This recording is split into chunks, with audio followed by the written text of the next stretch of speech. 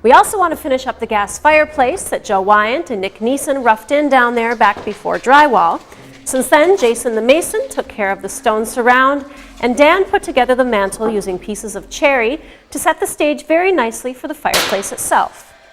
Well, Nick and Joe are back to literally get things fired up. Here's the andirons I think you were looking for. Yeah. Now, Nick, when you guys originally installed this thing and did all the venting, I think you took care of most of the installation. What you're doing now is just a couple decorative items, right? Yeah, what we're doing right now is just installing our refractory brick. The ceramic fiber back, we can either go with a straight brick or a herringbone. You've chosen to go with the straight brick. And then we're going to set our grates and our andirons, and then we can set up our logs. So when you're putting in the logs, again, there you're just kind of artistically arranging them so it looks like a half-burned fireplace or something. Yes, and with the logs we'll be setting some glowing embers and some coal nuggets to help give us the realistic look of an actual fire. So once we get that done, then we can put the front on. Yeah, then we can put our glass and put the arch front that you've gone with. And I know we had a lot of different options in terms of the more of a rectangle, but yeah, we decided to go with the arched curve. I guess they call that the artisan.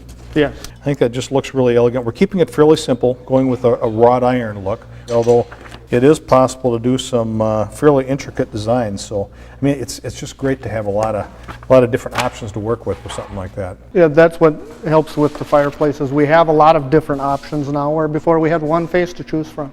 Well, I can't wait to see the thing up and running. I'll let you get back at it here. Very good. So, Joe, one of the problems with these gas fireplaces in the past is you turn them on and they could just cook you out of a room. I mean, everything it gets so warm. What keeps this one from doing that? Well, this unit has the ability to adjust its heat down by as much as 80%, Dean.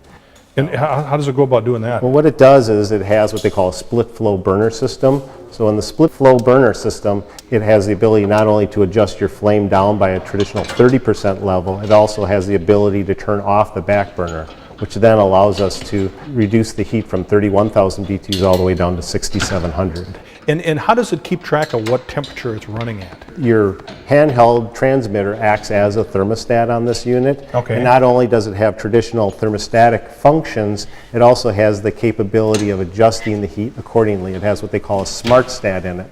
Basically, as it's moving toward the desired temperature, not only will it turn itself off when it's satisfied, but it will adjust itself down as it's moving toward the desired temperature by checking in with the fireplace every 4 minutes. So what else does the remote do? With this remote control system, when it's in manual mode, you have the capability of adjusting your flame level right from the remote control, as well as your fan speed. Additionally, you can turn on and off your accent light right from the remote control. Sure. And then finally, that split flow burner, you can turn off the burner or turn that back burner back on again. And you were mentioning something before about the pilot light. What's special about that? Yes. It's, again, what they call a Green Smart pilot system. You can either operate the unit as a standing pilot system or as electronic ignition, which then generally leads to the question why one or the other or both. That was my next question. Okay.